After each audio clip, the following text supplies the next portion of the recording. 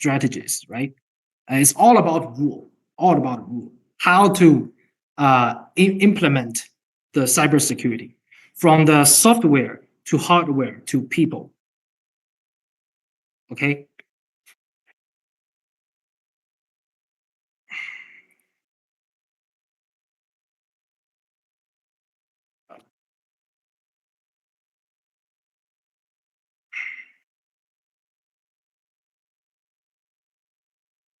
See that several accidents happened these years.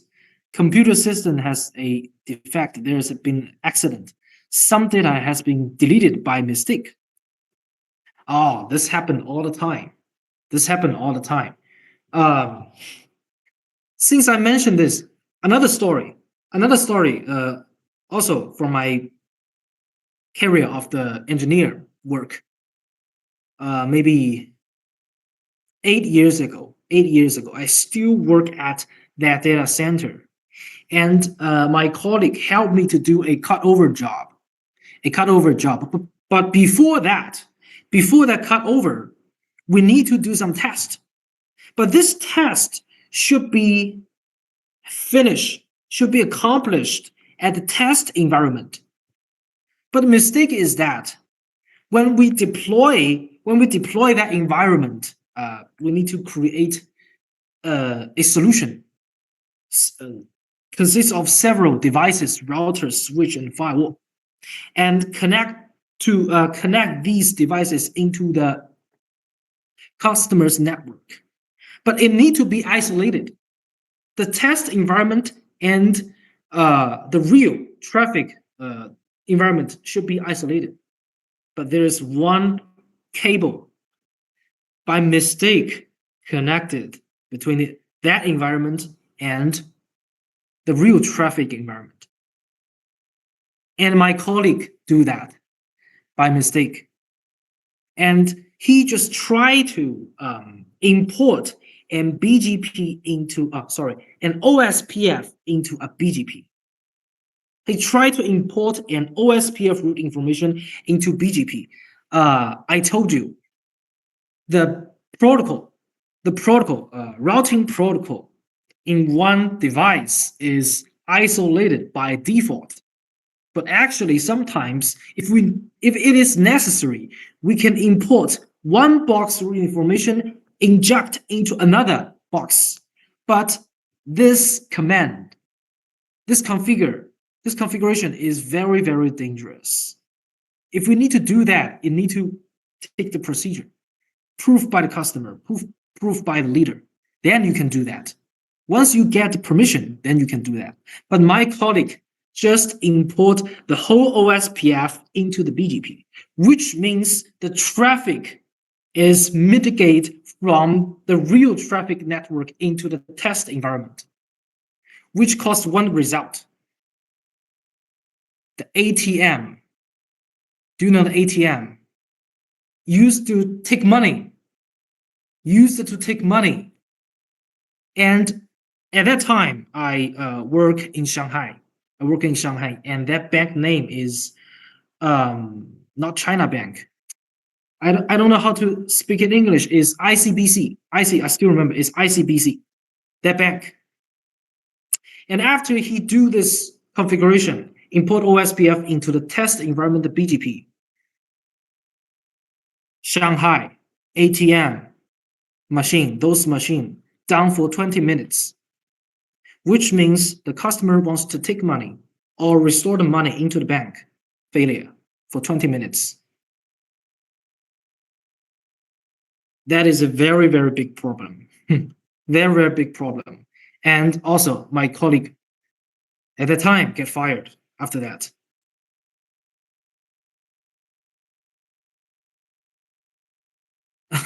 I know a lot of story. So if you want to be an engineer, please be very careful of your configuration of what you do.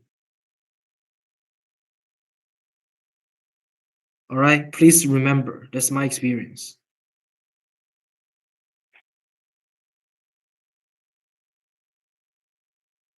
It's not just the hacker. Sometimes the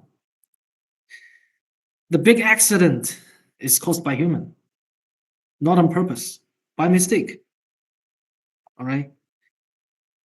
Okay, and let's go back to the slide. Go back to the slide. Statistics on global major cybersecurity incidents in recent years, mainly two kind of attack, is the network attack event and unwanted program events, which means this slide. Ransomware and actually DDoS. Ransomware and DDoS. And of course the Trojan horse. The Trojan horse is one part of the ransomware. What is ransomware? Which means the software or some program is harmful. It's harmful. All right. Do you know WannaCry? Do you still remember WannaCry? I still remember it should be 2017.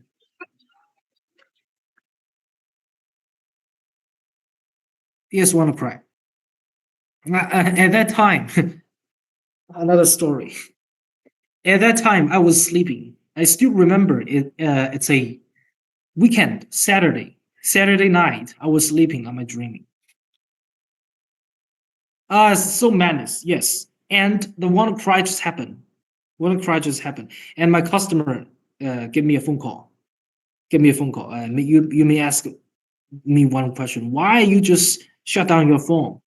Because as a network engineer in China, you cannot turn off your phone at any time because the network accident may occur at any time. So you have to keep your cell phone turned on. And at midnight, I receive a phone call, which is coming from my customer. And he just told me, please, now, come immediately. No problem. So what he said is, don't ask why, just come. And I take a taxi and go to the data center.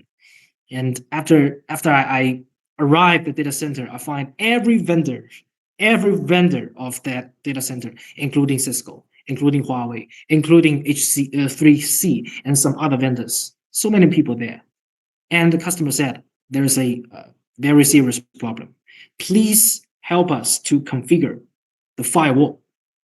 Because I'm a cybersecurity engineer, all right? And I deployed the firewall for my customer. And my customer told me that please shut down some ports, the TCP ports. I still remember is the TCP 445 and the 3389. In every firewall, in every router, every switch. If the router and the switch do not have the security policy function, then write down a ACL. Write down ACL on the router and switch to block several ports. And I do this all weekend. It spent me about 10 to 11 hours to finish that. And that's WannaCry. And if the devices, your computer or the server, get infected of that WannaCry, you need to pay. You need to pay a lot of money to the hacker. Yes, literally make you want to cry. Yes, make me want to cry. It is a weekend. And they want to cry just ruin my weekend.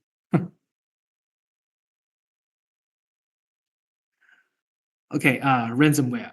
And DDoS. Okay, DDoS. I think this is much more powerful than the ransomware and phishing and software supply chain, the DDoS, because it is easy to launch, easy to generate, and is very, very hard to defend. DDoS attack, because it is a traffic-based attack method. Traffic-based.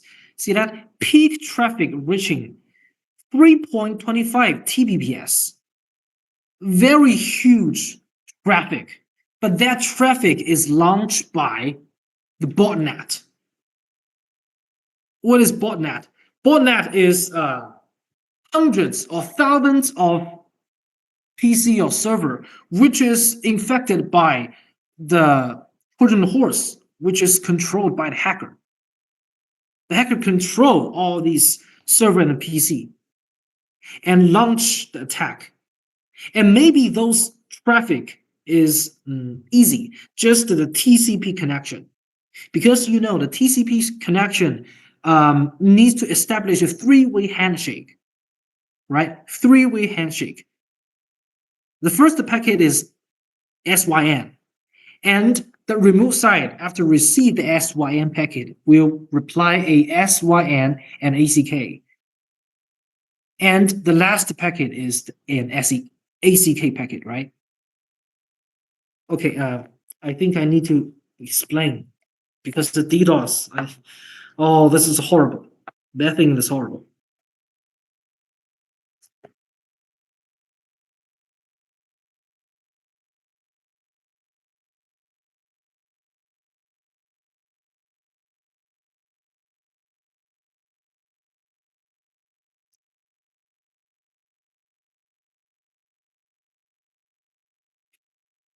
Okay, I'm gonna tell you what DDoS is. DDoS. Oh, I think I need to use the red, not green, because green means safe, but red means dangerous. DDoS. This is a hacker. Hacker, all right. And he control thousands of the machines all over the world, and those machine is called botnet.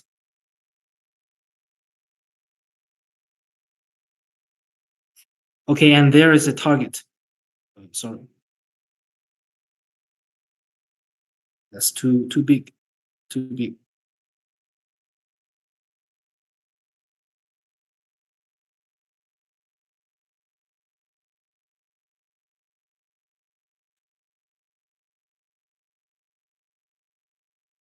Control. Okay, and this is the target.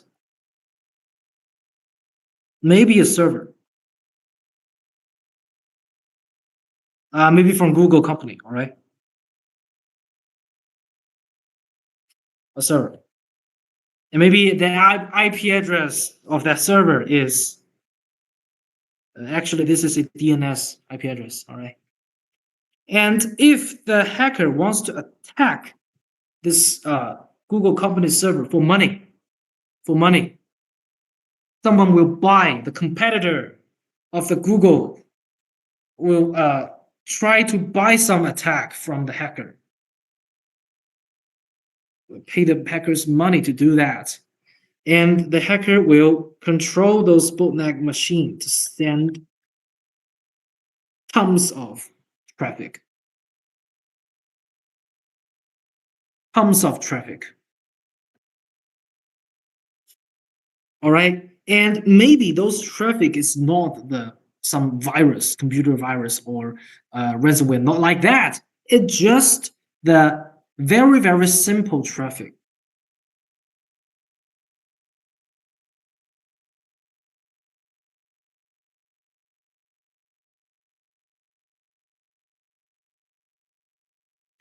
TCP three-way handshake. This is a mechanism for the TCP application.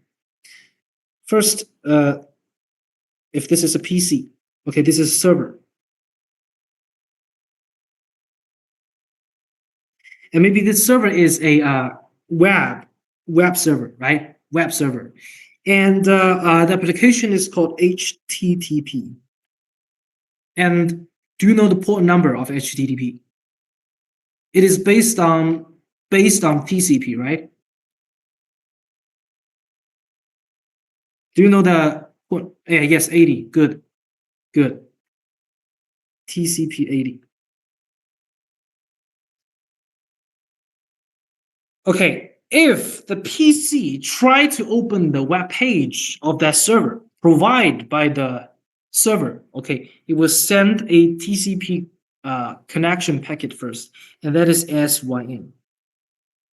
And the destination port number is 80 SYN. Once the server receive this SYN packet, it will create a session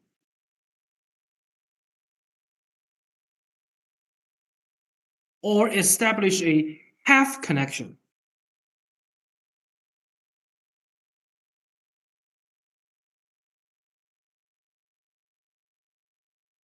Half connection. What is half connection? Which means not complete yet. Okay, and if this PC is a normal one, the good man like I do, I want to open the website page. I'm not happy, and the server will reply the packet SYN plus ACK. And after I receive the second one, reply ACK. Okay, then we finish the three-way handshake between the PC and the server. All right. Okay, but this is the normal situation. Normal situation. But what if the PC is controlled by the hacker? He just keeps sending the SYN packet. Each SYN packet received by the server will generate a session or half connection inside of the server's memory space, right? Memory space, RAM. Memory space. And this PC just keeps sending tons of SYN connection, which means the server will create thousands of half connection. And that connection is useless, meaningless. It's not for the business. All right? One PC can send so many SYN, right? What if I have hundreds of PC do the same things at the same time? Botnet. Botnet, right? Botnet. Hundreds of PC do the same thing, which means the server, in a very short time, the memory space will be used up by those SYN packet because it just creates so many half connection. And the real user wants to open the web page, failure, right? Because the system is crashed. The server system is crashed. So that is DDoS. Is there any way to simulate a DDoS attack to test our server or web page? Huh.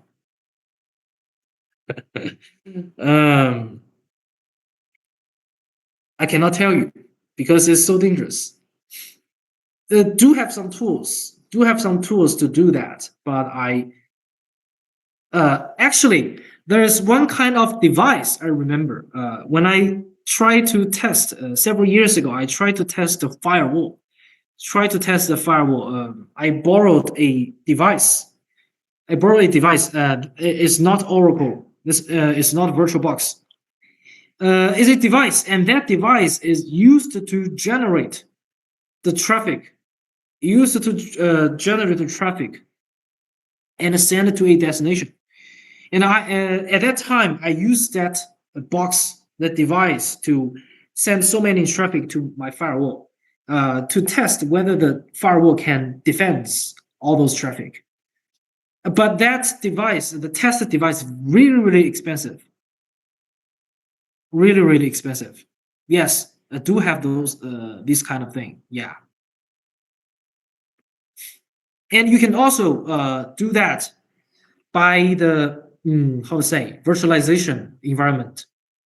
Use some virtual machine, the Oracle VirtualBox, and install some tools, the software, which can create the specific packet that you want to create. You can do that. Okay. And let's back to the DDoS. I said the DDoS attack is very, very hard to defend. Why? Maybe someone will tell you, okay, it's easy to figure it out. We can deploy a DDoS, anti-DDoS. anti-DDoS device in front of that server. We can deploy an anti-DDoS device or firewall at the border of our network, right? Yes. At the most of time, the anti-DDoS device can prevent the traffic from the server, from the attacker.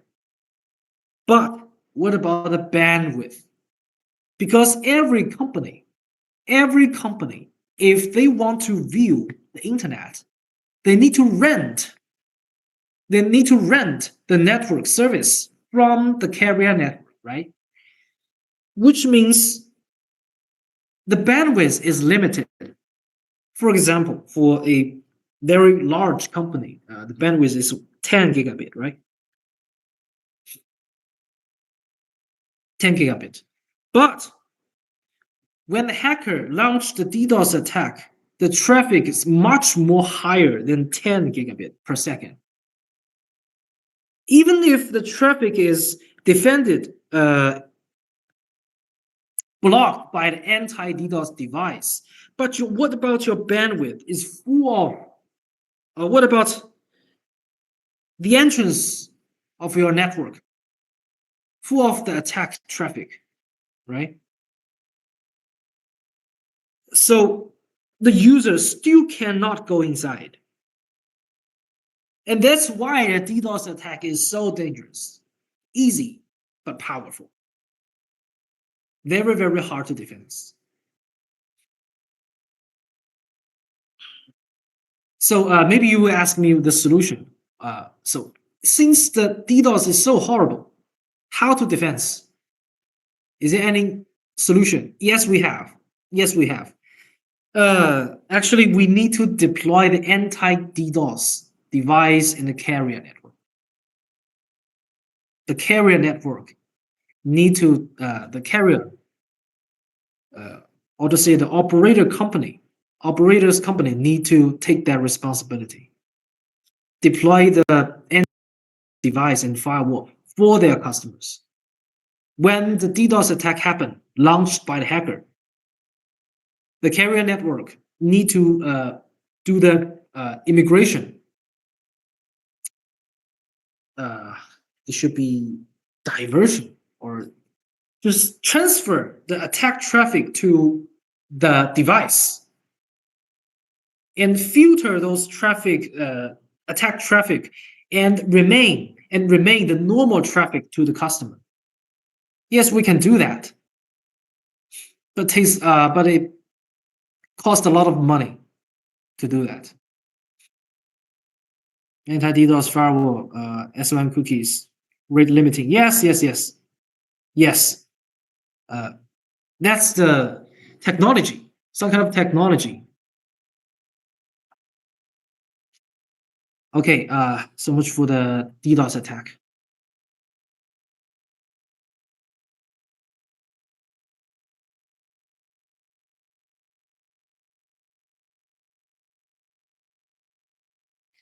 And a supply chain attack.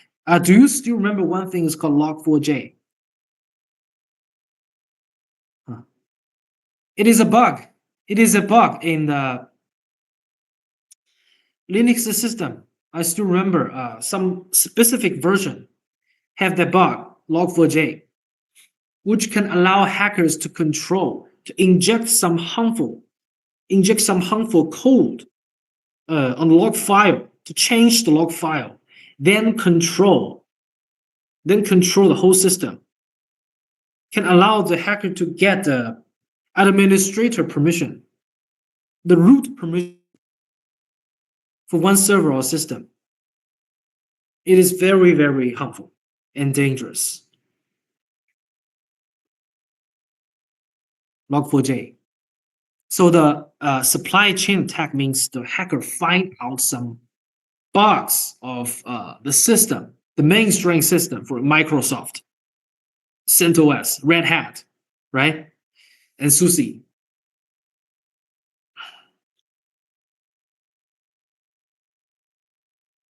And sometimes there's one concept called zero-day attack. 0 day.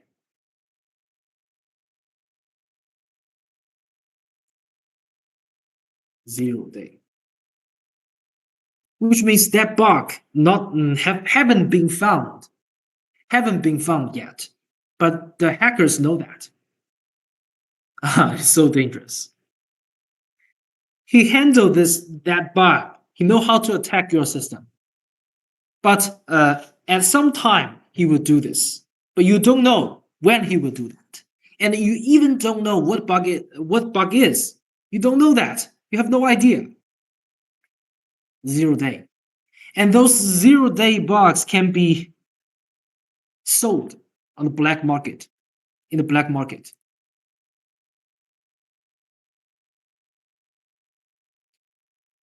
It is called dark net, right? Dark net.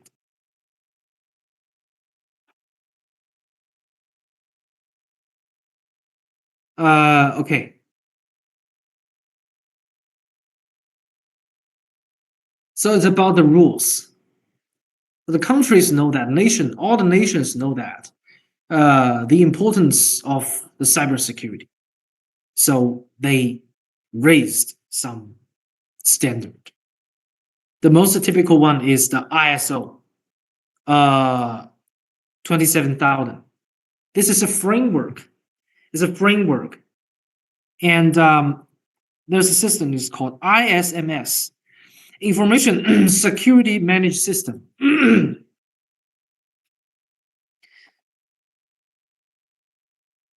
ISO 27K, including ISMS, all right?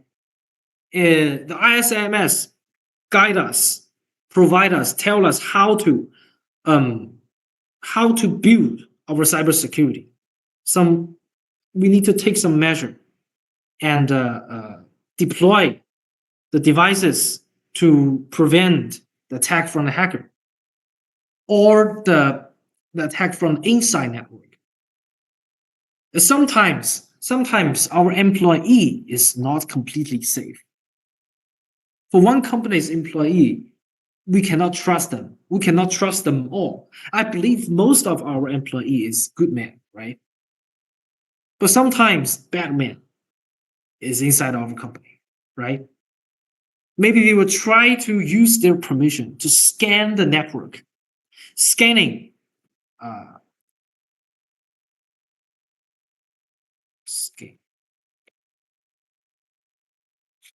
scanning attack, right? Scanning attack. Do you know what is scanning? Yes. Which means if someone try to attack the network inside of the network, maybe that hacker is a employee of one company, right? He may send something, for example, ICMP, or send some UDP or TCP packet to test whether there is a reply. For example, I want to know the server. Maybe I know there is a server in our company, is a HTTPS server. And I guess the IP address is 10.1.1, right? And the port number may be 8443, TCP 8443. The first, if I want to scan, where is that server? Maybe I will send some TCP SYM packet, the port number 8443, to test one C-band IP address. I send the TCP test packet to all the C-band computer or server, right? If one IP address reply my SYM packet, maybe SYM ACK, which means that server is that HTTPS server. And now I know how to attack that, right? And that is called a scan. And those scanning attack sometimes will not take effect immediately. Sometimes the hacker just want to test. The traffic seems like the legal one. right? They just want to test, not direct damage your network. Yes, Nmap. Yes, good. Nmap. It's a tool.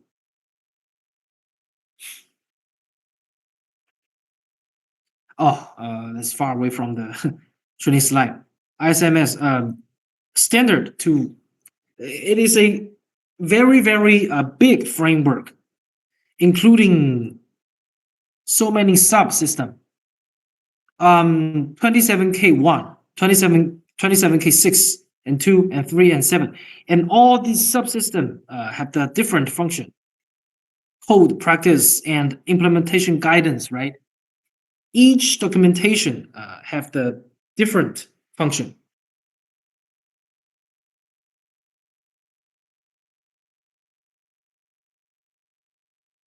So many so many lectures, right? So many sentences. I don't want to read it. I don't want to read it. But if you want to learn, then you can read by yourself, I think. It is useless for me to read these sentence. All right. It describes the ISMS system framework, how it works, what we need to do. All right.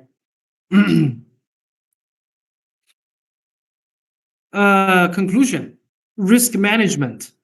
First step is to do the risk assessment. If we want to make a rule, if we want to make a standard for our own company, the first step is we need to know how many devices we have, right? Hardware, software. We need to know how many stuff I have. Then we can make our own. And threat and vulnerability analysis. We need to get every system's version, right? The Linux, maybe Windows, Windows Server have its own system, and we need to get version number and to check the corresponding version have the bugs, and we need to take the patches, right? Take the patches to fix that. Assessment and risk handling, risk avoidance, mitigation, transfer risk, accept the risk. It is a procedure, all right? Just a procedure. NIST, United States, all right? And that thing is created by United States, NIST, also a framework. I think this one is important. Identification, protection, detect, response, and recovery. It's some kind of theory. In brief, is IPDRR. See the IPDRR. If someone asks you what IPDRR is, you need to know the corresponding words. Identification, protection, detection, detect, response, and recovery. That's how the NIST defined the cybersecurity procedure.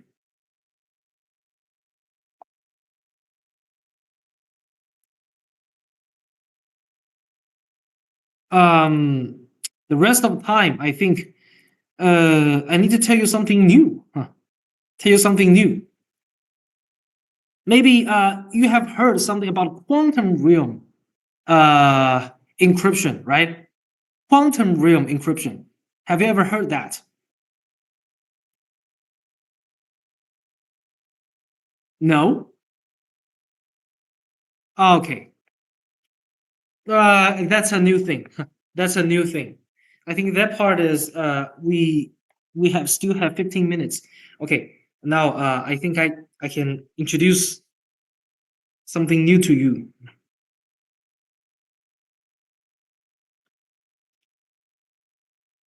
Let me share you the screen.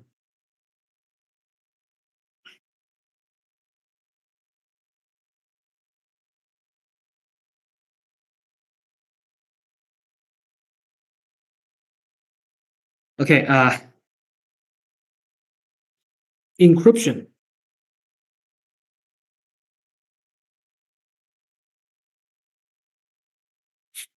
First of all, you need to know what is encryption. What is encryption? Okay, the answer is when sometimes, or for example, Alice want to send a message to Bob. Maybe these two people are in one relationship, right? They want to get married. So Alice sent a message, I love you, to Bob with a plain text.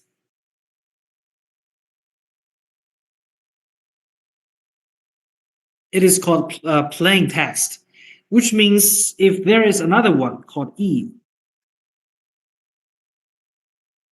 the third people, Alice sent a message to Bob, and this message is blocked by Eve. And Eve changed the message, changed to I hate you.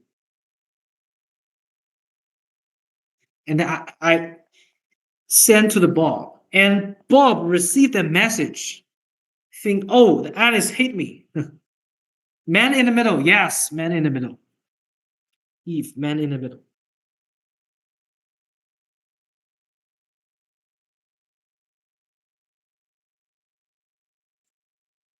Now it makes me remember of TLS. Yes, TLS. So what I want to tell you is the encryption and decryption. In this scenario, Alice sent a message to Bob with plain text, but it is dangerous. And maybe the message will block still by a man in the middle and change the message sent to the Bob. And what if this time the Alice sent the message of Alice bank card number and passcode to the Bob. And that message is also stealed by Eve. It's quite dangerous, right? It's quite dangerous. We cannot allow that happen. So we need some way to figure this out, to resolve this problem.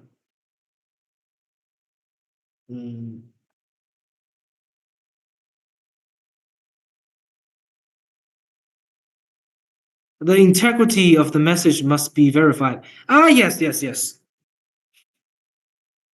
Seems like you have learned that before. I believe that most of you have learned that, which means that Alice, before send the message to the Bob, and need to put the message, for example, 1, 2, 3, 4, 5. This is the passcode. This is a plain text. Put the plain text into a algorithm. Actually, it's a math function algorithm.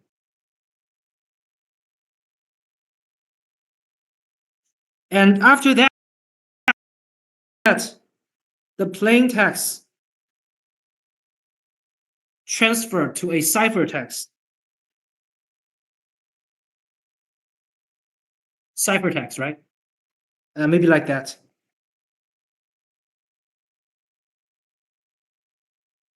And sent to the Bob. And of course, during the procedure, one function is not enough. For Alice, it need a key. And a key. All right, a key. A key plus the function and create a ciphertext. And the ciphertext sent to the Bob. And if Eve steal this message, because Eve don't have that key, she cannot open this box, which means the Eve don't understand what is the meaning of the ciphertext. She cannot get the plain text, right? Okay, then the Bob received the message.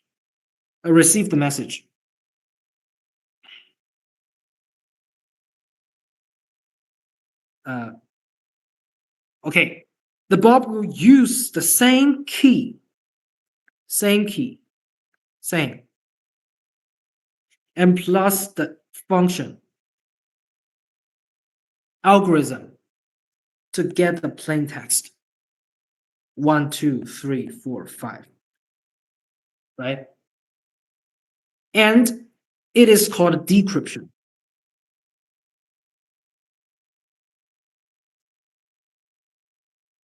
Decryption.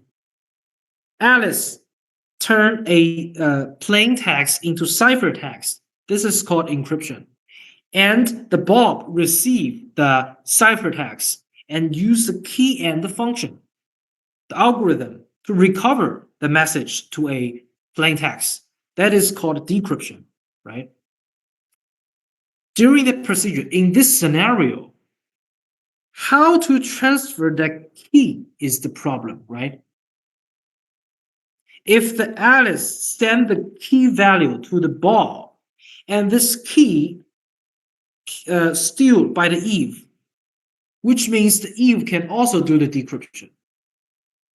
And then the encryption will be useless, right? Can you get me? Can you get me? Okay. This is a big problem. This is a very big problem. How to transfer the key, right? Okay. The traditional way is we combine two kind of algorithm. One is called symmetric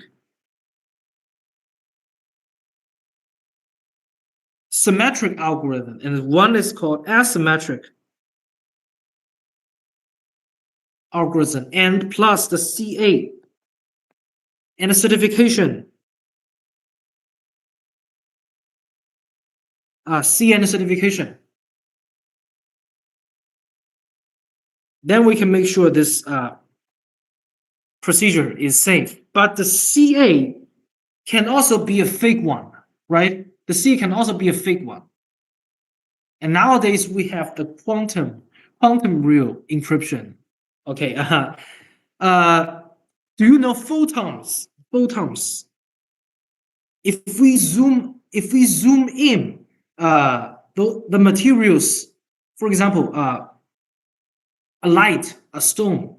If we keep zoom in, we can see a very small, very small thing. If we zoom in a light,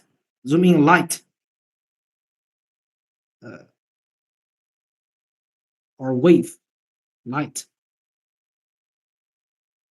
we can see the smallest thing is called photon.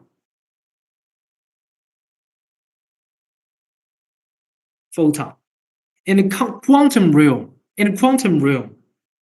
there is one a very weird thing is that if we want to watch a photon, it will change its status. Have you ever heard about that? Heisenberg, uncertain. This is a physical principle. Yes. If you watch this thing, even if you watch this thing, it can change the status of this photon, right? And the quantum realm encryption just use this rule to create a way. All right. Okay, now Alice, Bob. Before they transfer the traffic, they want to transfer the traffic, right? They need to exchange the key.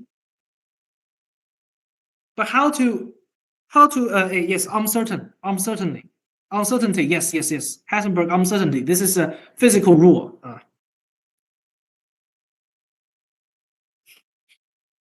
The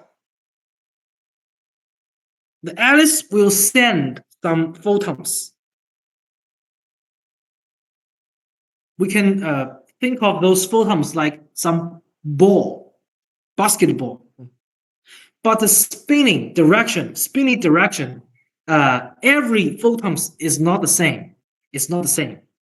For example, spinning like that or spinning like that. And the Alice need to determine one thing called base. It's something like the code book. something like codebook. Okay. There are two kind of base, two kind of codebook. One is called plus base, and another is called this is time or x base. Sorry.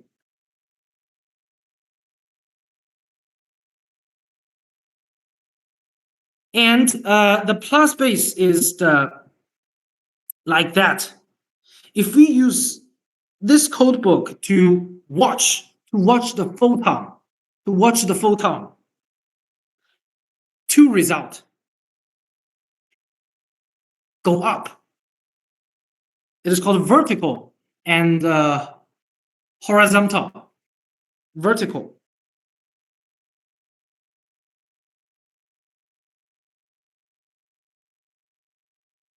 You know the meaning, right? You know the meaning, vertical and horizontal.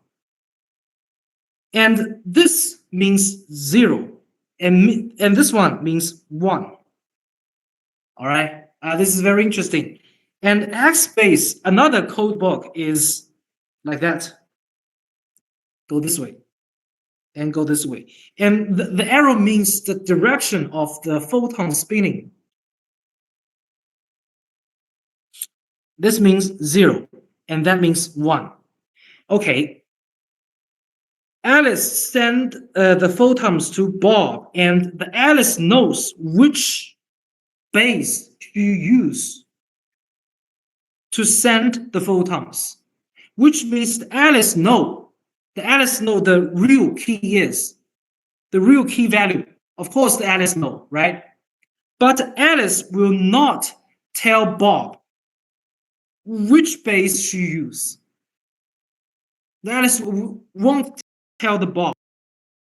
She just sent Bob 2 photons, maybe 10 photons, and Bob just guess. Maybe the first photon, the Bob will use the plus base.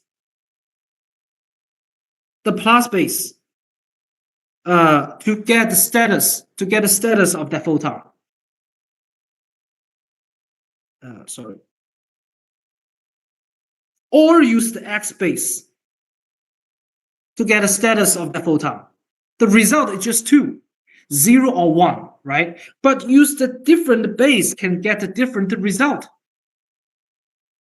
50% correct and 50% possibility to get fault, the incorrect result, right? Okay.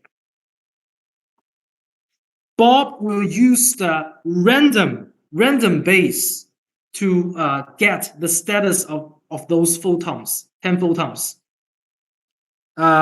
Maybe the Alice send the photon, the corresponding bit is 0, 1, 0, 1, 0, 1, 0, 1, 0, 1. All right. And maybe Bob get a different result because the Bob don't know which base the Alice use, right? Which base Alice, he don't know. Okay. And the Bob have 50% to get the real answer and 50% possibility to get the wrong answer. Maybe is a 0, 1, 1, 1, 0, 0, 1, 1, 1.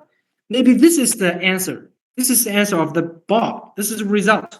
Okay, and the Bob will tell Alice, for the first photon, I use the plus base. And for the second, I use the X base.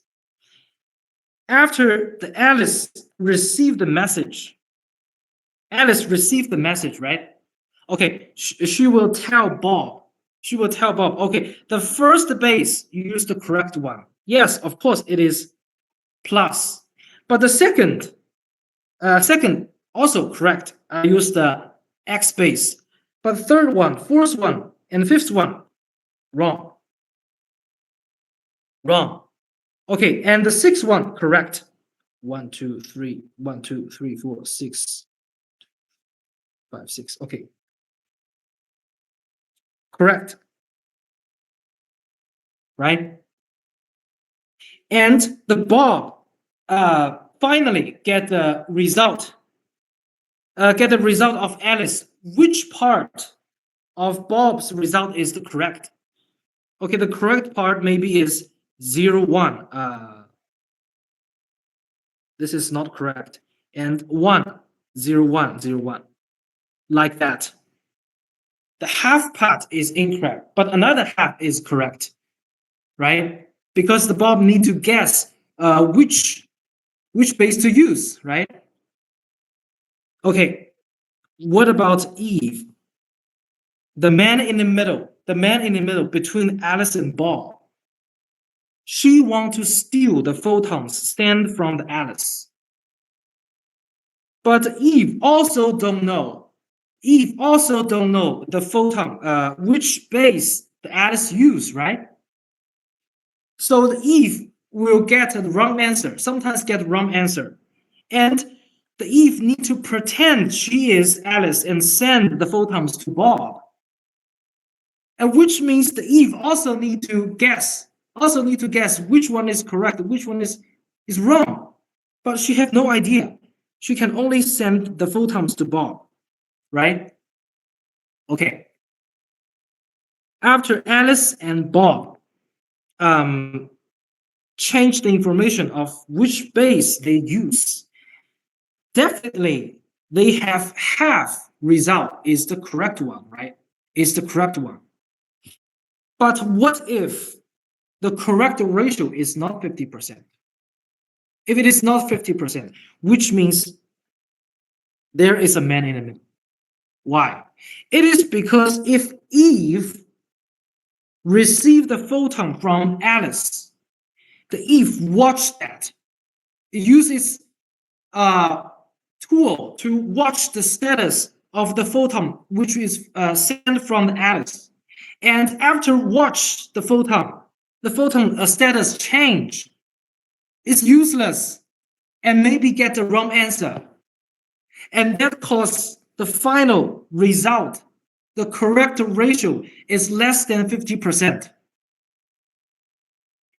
If the ratio is less than 50%, the Bob and Alice will know, okay, there is a man in the middle between us.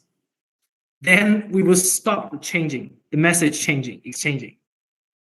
Can you get me? Yes, because watching it change its value. Is that amazing? That's quantum encryption.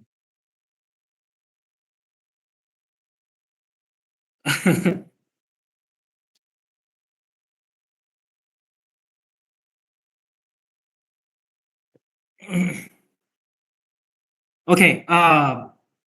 Oh, I think it's about time to finish, right? It's about time to finish. And the rest part of the slide is all about concept. I think you can read. I think you just read the concept and you can definitely understand what is the meaning. All right, and easy, very easy, and don't worry about the final exam. All right, don't worry too much about final exam. You have 50 questions, but you have 2 hours to finish. You have 2 hours to finish the final exam. 50 questions. All right, and please finish the final exam in Tuesday. Yes, you have whole day to finish that, but you have only one shot. You have only one shot. All right, only one shot. How to open the final exam page? Let me show you.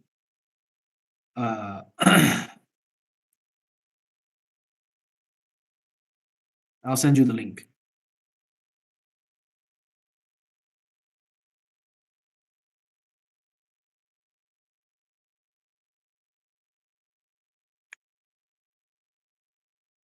But first of all, I need to make a screenshot.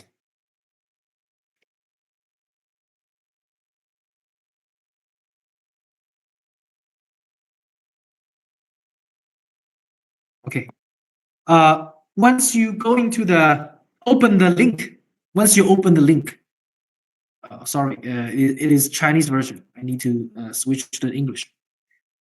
Teacher, should I read the presentation to presentation to take the final exam, or MPS VPN is going to be evaluated. No. The MPS VPN is the addition part. It's not in the training slide. So MPS VPN will not appear in the final exam, all right? You just need to read the training slide, not MPLS VPN. It's the addition part. Okay, schedule, right? Schedule. Final exam. Final exam. And one last thing. Please help me to finish the satisfaction evaluation, all right? Satisfaction questionnaire. And it's about the score, about us, me and Mr. Ma and Miss Lee, because you can see 3 instructors, and please give us 5-star, all right? Because it's really important to us, really important to us. Okay, and please help us to finish the satisfaction questionnaire, all right? Thank you so much. Thank you so much. Okay, and I hope I can see you again if you have the requirement. Maybe next time, some new course, maybe the MPLS VPN or VXLAN or the firewall stuff. I can also deliver that part for you. All right. So happy to see you. So happy to see you. And today's course is about over.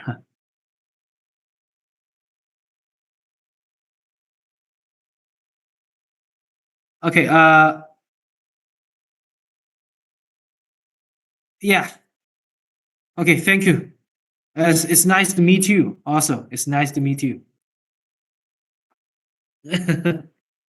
Thank you, Gavin. Thank you, Okay. Gavin. I will see you share again. once again the QR. What?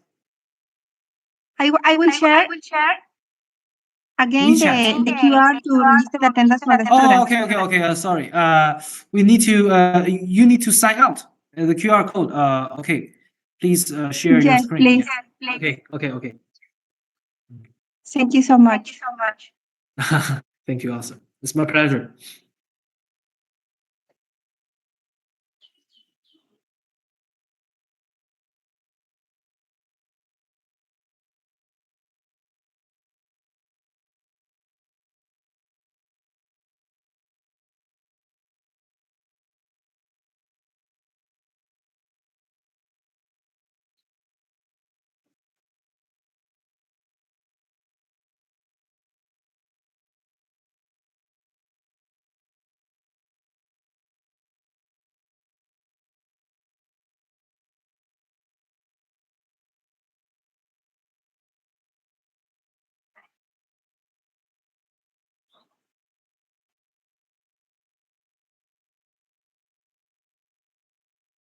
Okay, bye.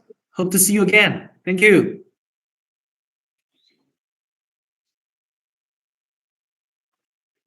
Bye, Gavin. Thank you so much. Bye. Thank you so much. Okay. You did Bye. a great session. Okay.